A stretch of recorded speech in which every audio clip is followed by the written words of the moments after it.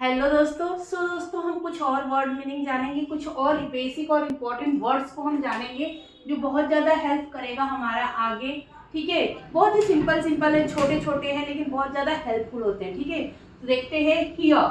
Here को क्या बोलते हैं? यहाँ। ठीक है, तो उसकी स्पेलिंग देखते हैं। कम हियर, हम किसी को बुलाते हैं ना, कम हियर मतलब यहाँ आओ। ठीक है, फिर हियर यू गो, यहाँ तुम जाओगे। पूछते ना किसी से कहीं जाना है कि कहाँ तुम जाओगे, कहाँ तुम नहीं जाओगे, तो वहां पूछे हियर यू गो, तुम यहाँ जाओगे। फिर देयर, THERE, देयर मतलब वहां। ठीक है, गो देयर, वहां जाओ। देयर यू गो, वहां तुम जाओगे। फिर वॉज अ किंग।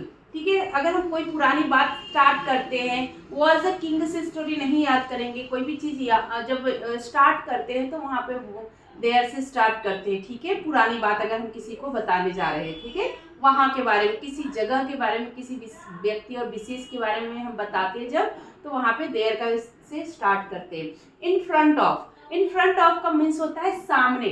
जैसे फ्रंट मतलब आपको समझ में आ रहा है सामने। जब हम किसी से बात करते हैं इन फ्रंट ऑफ, अगर कोई हमारे सामने खड़ा है या हमारे सामने है तो वहां पर हम इन फ्रंट ऑफ की बात करेंगे। For example, he is in front of me, मतलब वो मेरे सामने है। ठीक है, he behave good in front of guest, वह गेस्ट के सामने अच्छा बिहेव कर रहा है। ठीक है, वह गेस्ट के सामने अच्छा बिहेव कर रहा है। ठीक है, फिर उसे बिहाइंड, बिहाइंड मतलब पीछे। ठीक है, बिहाइंड मतलब पीछे, सॉरी स्पेलिंग रॉन्ग है। बिहाइंड मतलब पीछे। The board is behind me, ये जो बोर्ड है ना ये मेरे पीछे है। ठीक है, अगर कोई चीज किसी चीज के पीछे हो और उसकी पोजीशनिंग बतानी हो तो हम बिहाइंड का यूज करेंगे। यदि फ्रंट की पोजीशनिंग बतानी है तो बिहाइंड यूज करेंगे पीछे के सामान के लिए। ठीक है, फिर the warehouse is behind the store, किसी का वेयर हाउस है जो स्टोर के पीछे है, तो वहां पे भी हम बिहाइंड का यूज करेंगे। ठीक है, बिसाइड, बिसाइड मतलब बगल में या पास में। ठीक है, तो the board is beside me, क्या है ये बोर्ड जो है ये मेरे बगल में है। मैं यहाँ हूँ, मेरे बगल में क्या है? बोर्ड है। अगर मैं ऐसे हो जाऊं तो ये हो जाएगा बिहाइंड, क्योंकि ये मेरे पीछे है। लेकिन अगर मैं ऐसे हूं तो ये क्या हो जाएगा? बिसाइड। अगर मैं ऐसे हूं मतलब ये मेरे सामने है तो ये हो जाएगा इन फ्रंट ऑफ। ठीक है, इस चीज को हम ध्यान में रखेंगे। हम पढ़ेंगे beside, the board is beside me, जो बोर्ड है वो मेरे बगल में है या पास में है। Come and sit beside me, आओ और मेरे पास में बैठ जाओ या मेरे बगल में बैठ जाओ। बिफोर मतलब पहले, wash your hand before lunch. ठीक है, मतलब कोई भी काम करने से पहले अगर हम किसी चीज की बात कर रहे हैं तो वहां बिफोर यूज करेंगे। वॉश योर हैंड बिफोर मतलब लंच, लंच लेने से पहले मतलब दोपहर का खाना खाने से पहले अपना हाथ धो लो, यहाँ पे बोल रहे। फिर सेकंड है मीट मी बिफोर लिविंग, मुझसे मिल लेना निकलने से पहले। ठीक है, लिविंग मतलब यहाँ से निकलने से पहले मुझसे मिल लेना। ठीक है, आफ्टर मतलब बाद में, कोई भी काम अगर बाद में हम करते हैं तो वहां पे आफ्टर का यूज करते हैं। I will have lunch after my class, मैं बाद में मतलब मेरी क्लास के बाद में खाना खाऊंगी। ठीक है, दोपहर का खाना मैं अपनी क्लास के बाद में खाऊंगी, यहाँ पे बात कर रहे हैं मतलब कोई भी आफ्टर मी। ठीक है, अगर हम अपने किसी भी काम को बाद में करने की बात कर रहे हैं तो वहां पे आफ्टर का यूज करेंगे। बिटवीन, बिटवीन मतलब दो लोगों के बीच में, मतलब किसी भी चीज के बीच की बात हो रही है। ठीक है, दो लोगों, दो वस्तु, किसी भी चीज के बीच की बात हो रही है तो वहां पे बिटवीन का यूज होता है। He is sitting between Radha and Mohan. ठीक है, कोई एक बंदा है जो कहाँ बैठा है? राधा और मोहन के बीच में बैठा है। ठीक है, तो he is sitting between Radha and Mohan. ठीक है, बिकॉज, बिकॉज का यूज क्योंकि के लिए होता है। जहां भी क्योंकि से रिलेटेड संबंध कोई भी क्योंकि से रिलेटेड वर्ड आते हैं वहां पे हम बिकॉज का यूज करते हैं। तो why are you doing this, हम किसी से पूछते हैं तुम ये क्यों कर रहे हो, तो बोल रहे हैं because Ram told me, because Ram told me, because क्योंकि राम ने मुझे बोला था। Why are you going there, because you told me, क्योंकि तुमने मुझे कहा था। किसी भी क्वेश्चन का आंसर हम जब देते हैं क्यों की से स्टार्ट करते हैं तो वहां पे हम बिकॉज क्यों यूज करते हैं। फिर यहाँ पे देयरफॉर, देयरफॉर के दो मीनिंग होते हैं, इसलिए इस कारण से। ठीक है, तो the water in a pot is boiling.